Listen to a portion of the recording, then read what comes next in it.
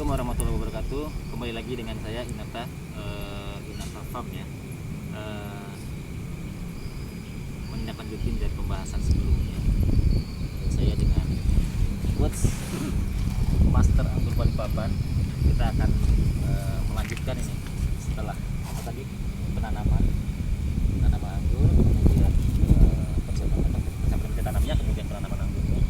Mungkin kita lanjut pada konten yang lain. Untuk perawatan bibit anggur ini gimana, Coach? Apa untuk pemupukannya, kemudian penyiramannya gimana, Coach? Jadi balik lagi ya, yang namanya anggur itu kan nggak suka becek, tapi kalau lembab dianya bagus. Jadi kalau untuk penyiraman 1 hari 3 kali itu nggak masalah, 1 hari 1 kali pun nggak masalah. Jadi kita lihat dari media tanamnya. Kalau dianya terlalu kering ya nggak bagus juga, tapi kalau dia terlalu becek nggak bagus juga. Jadi kalau kita coba dulu, bagus kita siram 1 hari 1 kali, efeknya di media gimana, di 2 kali gimana, 3 kali gimana. Jadi kita harus riset dulu lah ngomongnya. Itu kalau dari cara penyiraman. Terus kalau dari cara segi pemupukan, kalau jenis anggur sendiri itu dia akarnya kan serabut, jadi perlu nutrisi lebih kenceng dia, karena dianya makannya buat konsumsi besarin daunnya itu banyak. Jadi pemupukan yang intensif itu sangat perlu. Jadi biasanya itu saya seminggu sekali dari pupuk pertumbuhannya. Jadi kalau awal kita kan ngomongnya pakai pupuk pertumbuhan, jadi biasanya saya gunakan pupuk yang pertumbuhan, IPK, TSP, itu yang saya pakai, dan dolomit itu sendiri kan untuk netralkan pH tanah supaya nutrisi yang diserap itu bisa maksimal. Jadi pemberian dolomit itu bersama dengan pupuk atau berbeda waktu dengan pemberian pupuk itu? Bersamaan nggak masalah. Nggak masalah ya? Nggak masalah. Makanya kalau metode saya sendiri kadang itu kan langsung saya mix untuk pemberiannya. Cuma nanti ada sesi sendiri dianya untuk penaburan. Kalau pas dianya sebulan sekali atau 2 bulan sekali itu tetap perlu. Oke. Terus untuk penambahan ataupun sekiranya perlu nggak adanya kita beri, tadi kan tidak ada kohe ya, Oke, kemudian adanya mungkin tambahan pupuk cair organik yang bisa kita buat sendiri, itu gimana tuh? Jadi kalau namanya tanaman itu dikasih pupuk kimia terus kan jadi sama kayak badan kita, kalau kita konsumsi kimia aja pasti ada efeknya kan suatu saat. Jadi ya perlu kita silang-silangi. Jadi kita bantu sama pupuk yang jenis organik seperti kohe itu organik cair tuh perlu. Jadi kalau kita ngomongnya kita bantu pakai pupuk kimia itu cuma supaya menggenjot pertumbuhannya lebih cepat, tapi kita backup juga dianya pakai pupuk jenis organik, karena kalau pupuk kimia itu cepat terserap tapi cepat habis di nutrisi di tanah.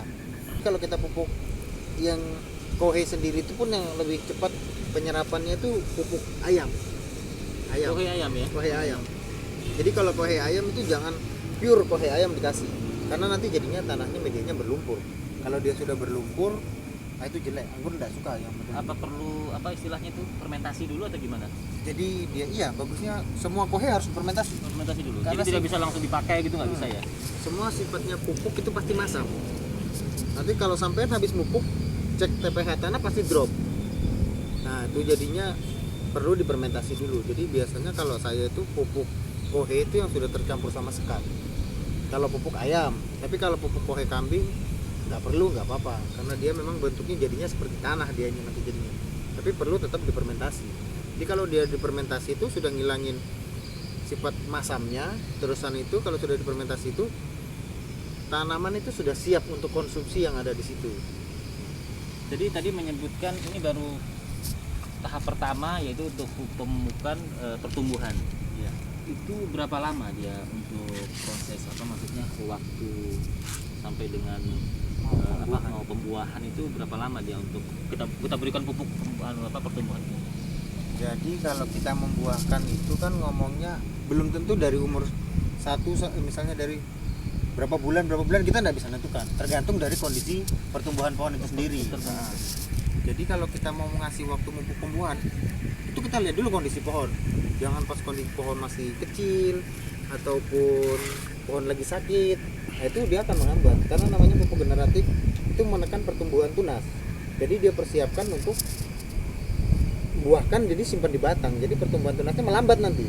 Jadi memang untuk pemumpukan ini ada 2 tahap ya. Ada Tahap pertama itu untuk pertumbuhan, kemudian fase pembuahan atau persiapan pembuahan. Untuk mengenai berapa lamanya melihat dari kondisi pohon itu sendiri. Oke, tapi untuk pertumbuhan pupuknya itu ya. Iya. Ya. Untuk fase pembuahan berbeda lagi pupuknya, Mas? Kalau sebenarnya pupuk yang saya biasa racik itu sudah cukup. Cuman kalau mau lebih bagus lagi harusnya ada. Karena dia kan lebih pupuk pembuahan kan dia lebih fokus untuk membuahkan. Beda yang tadi kan campuran gitu. Jadi kalau pupuk untuk pembuahan itu biasanya saya gunakan MKP KNO. Jadi setengah bulan sebelum pembuahan itu sudah kita masukin. Nanti kita kasih masuk pupuk. Habis itu siram. Habis itu jangan terlalu sering lagi disiram penyiramannya. Jadi harapannya itu nanti pupuk yang diserap itu yang kita kalau kita siram terus kan dianya ngalir. Hilang malahnya. Jadi biarkan aja. Pupuk 1 kali siram, nanti kalau sudah ada mau kering lagi siram lagi secukupnya. Nanti 2 kali biasanya saya. Jadi masuk lagi pupuk lagi. Nah, habis itu kita pruning. Setelah dianya pruning, kita masuk lagi pupuk ke pertumbuhan kita bantu. Jadi harapannya nanti tunas yang tumbuh itu besar batnya. Nah, setelah dianya itu kan MKP masih jalan gitu. Sambil sama dibantu pupuk pertumbuhan. Setelah pupuk MKP itu bunganya sudah keluar, pupuk MKP berhenti. Oh, tidak dilanjutkan? Enggak dilanjutkan. Dilanjutkan dengan KNO3 sama kerati boron. Karena kalau kita menggunakan MKP itu sih juga tertulis jelas memperbaiki kualitas biji. Berarti harapannya kita nanam anggur itu bijinya jangan banyak kan?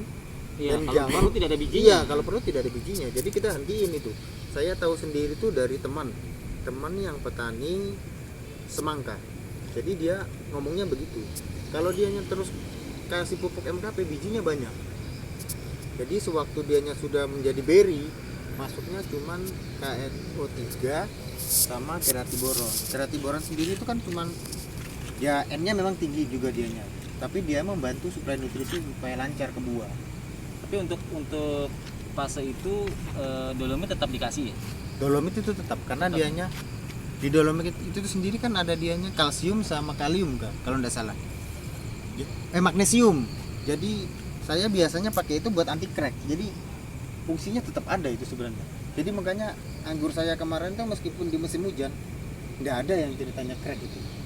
Hasil buahnya itu ya? Iya, nggak ada yang crack. Jadi saya kuatin di dolomit. Sering saya ngasih dolomit. Selain untuk pH ya gitu. Ada magnesium sama kalsiumnya. Terus untuk begini, tadi ada kita bahas masalah pemupukan.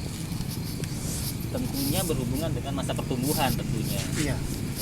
Yang saya tanyakan ini kan saya sendiri tahu itu ada jenis durian, ada kakinya 3.